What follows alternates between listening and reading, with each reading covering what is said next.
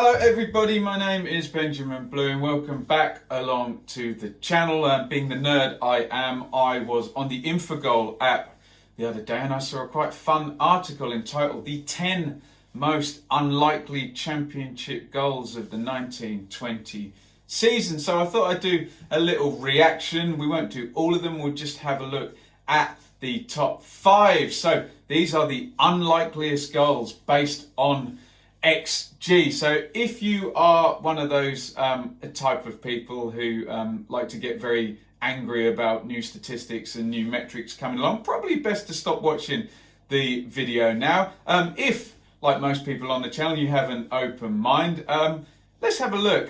So XG is the probability of a goal being scored from the position on the pitch, plus different people have different models for other things that are effective, such as how the ball's received, whether it's in the air, on the ground, a header, a volley, a shot off the floor, etc. All a little bit of fun. I know some people get a bit snarly because it can't predict the outcome of a football match, what can, or the lottery numbers for the week, but I find it a good bit of fun, and it's always amusing when you get a 1% chance or a 2% chance end up a goal. So let's have a look at these top 5, and we will start with Ashley Fletcher's goal. It is for Middlesbrough against West Brom, a 1.57% chance of scoring from this situation. Let's have a look. Okay, long one into the channel. It's headed on into space. Sits up, Fletcher. Whoa! There we go. Yes, you can see why that situation is a very, very low probability. Sits up beautifully for him, though, doesn't it? Right foot on the volley, keeper off his line. I sense we're going to get a few mistakes in the top 5. That was just a beautiful hit, a perfect chance to exploit that situation. Brilliant goal by Fletcher. Moving on, let's look at number 4, which is scored by Sam Clucas for Stoke at Barnsley. This is a 1.42% chance of scoring from this situation. If memory serves, this was Michael O'Neill's first game as Stoke manager and his first goal. Let's have a look. Oh yes, I remember this one. So Barnsley defensive free kick. Oh, keeper's take his eye off the ball. Horrible technique. Clucas, up it goes and into the net. Clucas is like 2 yards inside the opposition's half there. Obviously, this is predicated on a terrible bit of goalkeeping, but you can see why situationally not very many people score from 2 yards inside that half. Great exploitation of it by Clucas, but big hand to the Barnsley keeper there for the mistake. Okay, on we go to number 3, same stadium, different team. Cauley Woodrow for Barnsley, this time against Sheffield Wednesday, a 1.28% chance of this one going in. Let's have a look. What's going on here? Attacking throw, lobbed forward. Defender looks like he's got that covered, but oh dear, keeper's come and cleared it. Rolling ball, defenders in the way. Woodrow first time puts it in. A fair bit closer in than Clucas's goal that we just scored, but like I say, rolling ball, defenders in the way first time. So situationally a more difficult shot, and according to the boffins, a 1.42 to 1.28, 0.14% more difficult, but 1.28%, you won't see that goal scored very, very often. Still miles out, and still a great finish by Woodrow.